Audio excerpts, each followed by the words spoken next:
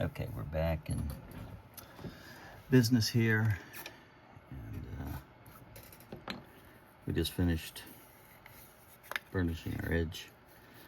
We did our glue line on this side. It's drying, so we'll go ahead and put a little glue line on this side.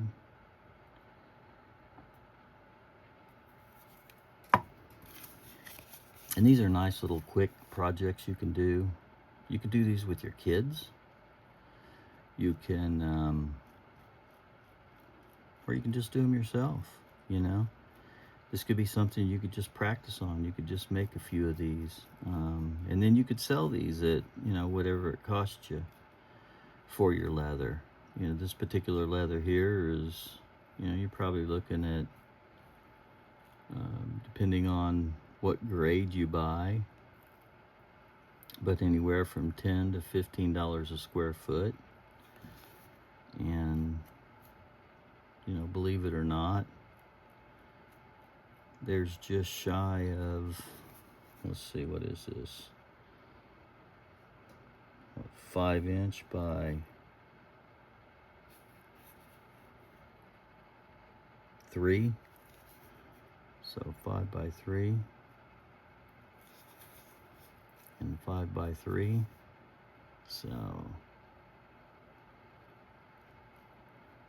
if you look at that, that's 10 by 6. So that's going to be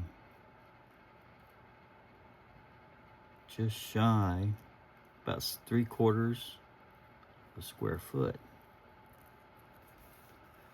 So with waste, you know, you're probably looking at close, well, actually, with this piece here, we probably are looking at 1 square foot. So just the leather here, between these 3 pieces, without markup on the leather, without labor, you're looking at 10 to 15 bucks.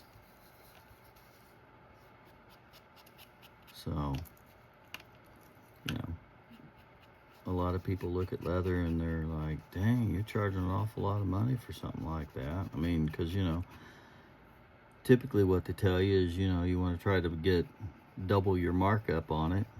And then, you know, but you want to put your product in there. And let's say you've got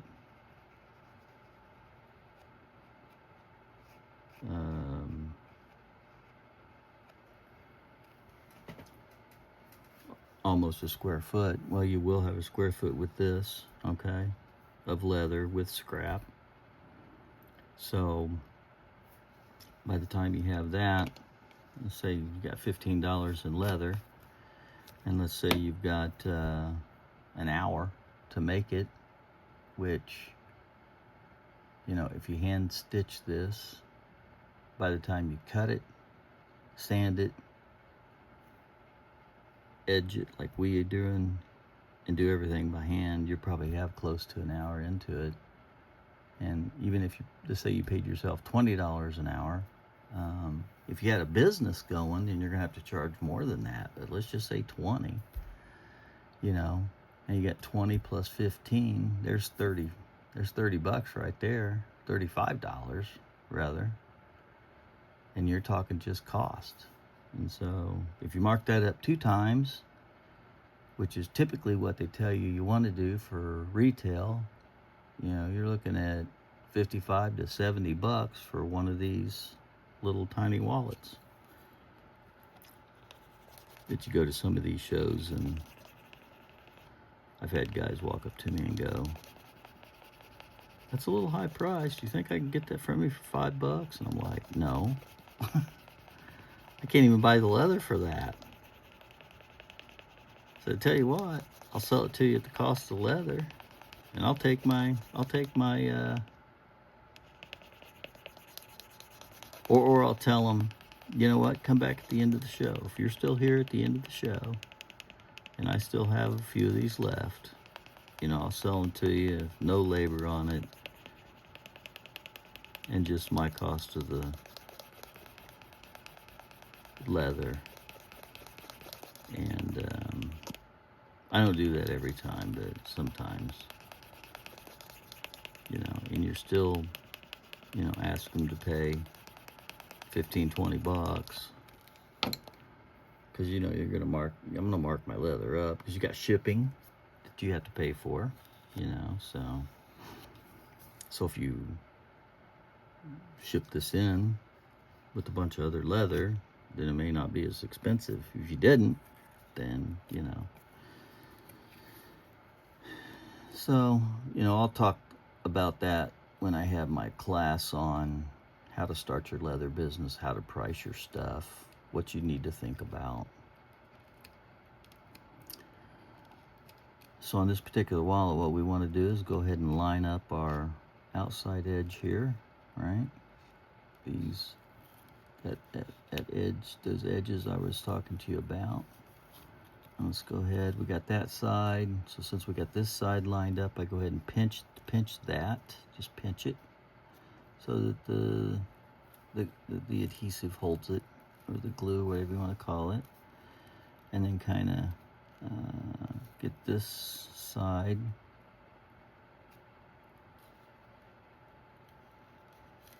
just take your fingers and run through here and make sure they're, you know, this doesn't exactly marry up perfect with this side here. This side will be a little different, so, you know, we can always pop that loose and kind of go in here and make sure that side, this side, and that side is, make sure this side's flush, this side's flush. This is as flush as possible, like so. And then come around and make sure that our edges are put together. Put these edges together. Put this edge together. And put this edge together. Something like that. Okay. And then we'll want to take our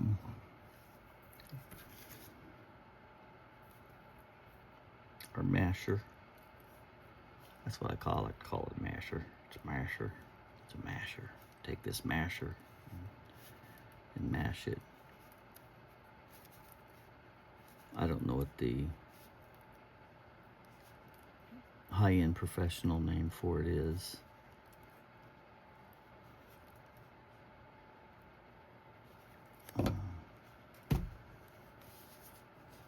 Okay, so now we know we've got these pretty even, right? Looks pretty good on this side, looks pretty good on that side. You can see this is a little off here. This side looks pretty good. This side's a little off. This side looks pretty good. So we'll just have to sand this down a little bit. But before we can do, so we'll want to do that and then introduce this piece in. So you say, Frank, well, why don't we just go ahead and introduce this piece in and then sand it? Well, the reason is because if I do that, and then this piece is big, and this piece is big, and I put it in there, and it sandwiches that piece in there, and that piece is down, dipped down in there, then it's going to be a bear to get all that nice and flush and straight. And then if you try to use your knife and cut into it, then you're going to be cutting into, 12 ounces of leather. And 12 ounces of leather is not easy to cut through, even if you got a sharp knife. And you just take a lot of chances of boogering it up. So it's best to go ahead and get this edge here done. I'll go ahead and hand sand it rather than using my Dremel. Do it the old-fashioned way. So you guys, that's probably because most of you guys will probably be doing it the old-fashioned way. So So, yeah. And this piece of paper's just got some writing on the other side, so just kind of ignore that, but that's why that's up there. So we can just kind of use our 220 grit, some good sandpaper here. I can make glass out of this stuff. It's kind of like sand on a piece of paper is what it is. So, but yeah, sometimes you gotta have that higher end sandpaper to kind of knock these edges down quick.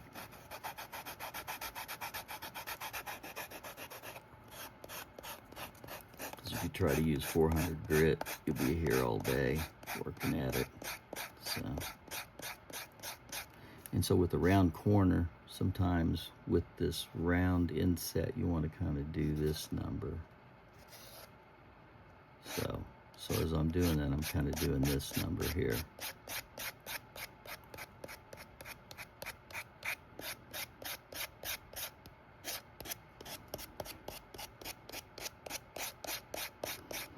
But, you know, when you're doing it real time fast, it looks like, you know, that you're just going up and down or something or whatever. But I am giving it the, you know, just ever so slightly. And so you want to kind of, so I'm just telling you guys this to teach you a little bit of the technique that it takes to build these wallets. And I'm really kind of talking to, because these videos are really made for the beginner to the novice, maybe intermediary. You guys that are, you know, a lot better than that. These are not going to be the type of videos for you necessarily, unless you just like. Now, see me, I would enjoy these, even though I've been in the business a while, because you never know what you might pick up. Sometimes you'll pick up things that another leather person will do, and you think, well, that's kind of a good idea. Wish I would have thought about that. I've done that a lot. Sharing ideas is good, especially in this business. There's not a lot of us leather guys out here anymore, and there's few and fewer. A lot of them are dying out, and it's a dying art. We gotta stick together and keep things moving forward, because there is a place for bespoke and handmade leather. People want it, they don't want to pay for it. They like it, and but you know, at the end of the day, it is what it is. You know, you can't buy a Cadillac for a Volkswagen price. So same holds true for leather. You can't buy a bespoke piece of leather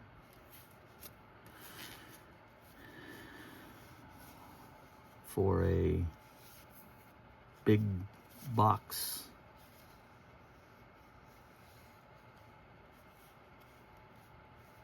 company price.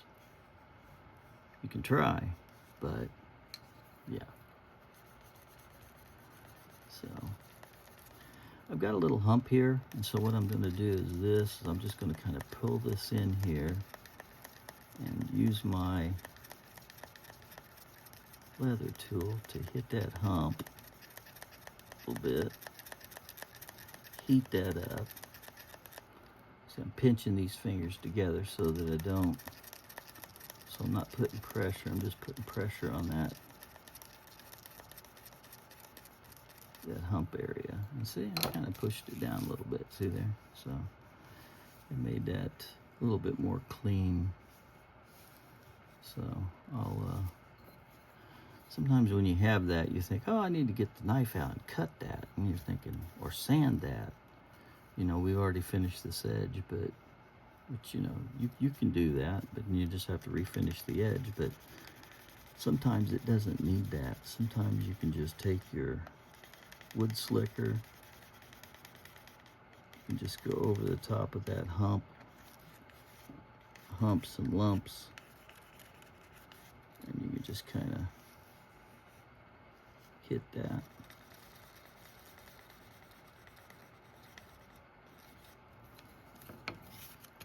It'll kind of evened it out, see? Kind of evened it out now. I can feel it with my fingers, and there's not this big hump there. I don't know if you could see it before, but it's looking pretty good now. The hump is gone. Yeah.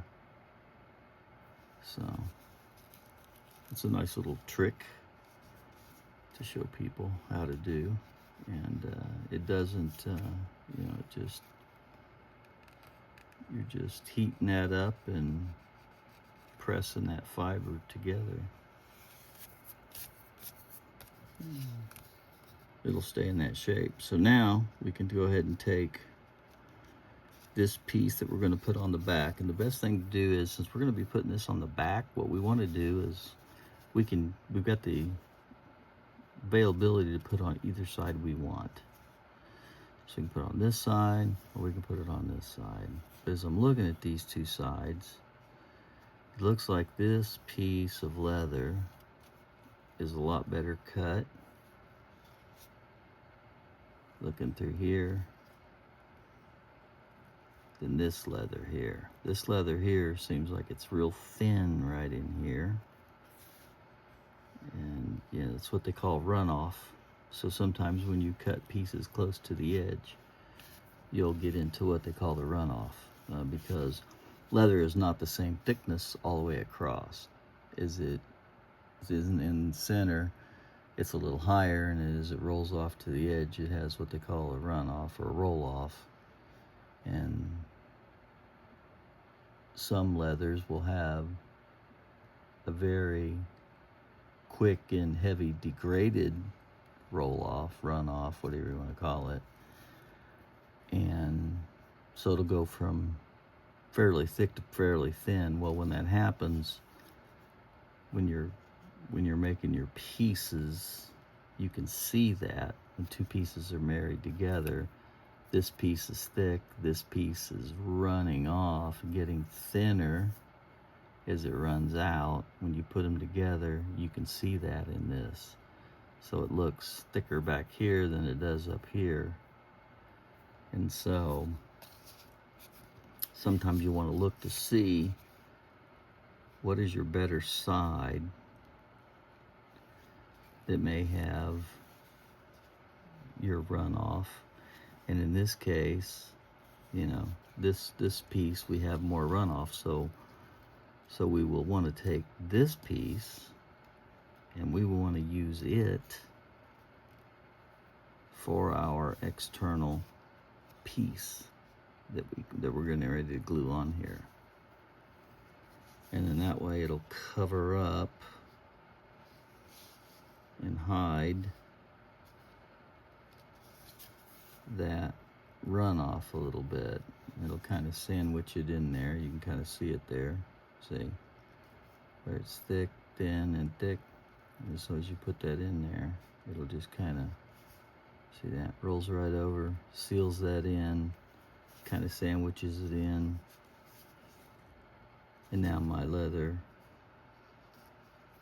project is going to look nice. And it's not going to look thin on one edge. If somebody got to studying that, or where you're really running into trouble is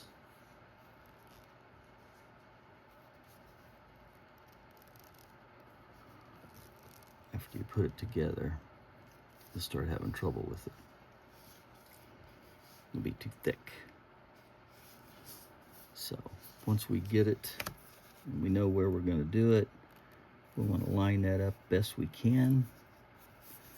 And then again, we want to take our scratch awl and mark just behind this edge right here on our project, right? And one on this side. Okay, so we got a mark there and a mark there. And then we're going to take our wing divider. We're going to mark this because obviously we need to scratch this up because this is smooth and soft. And we're going to need to put some adhesive on there. Putting the adhesive on the flesh side, no problem, because when you put adhesive in there, it gets down in that grain and kind of locks in. But on this side, there's no grain to get down into because, or no flesh to get down into. And this is a little more smooth. It's almost like this has got like a skin over the top of it. And so it won't glue as well. So what we'll have to do is we'll have to take once we draw our line, we'll have to go in here and scratch that up to prepare that to receive our glue or adhesive or contact cement or whatever you want to call it. I'm using this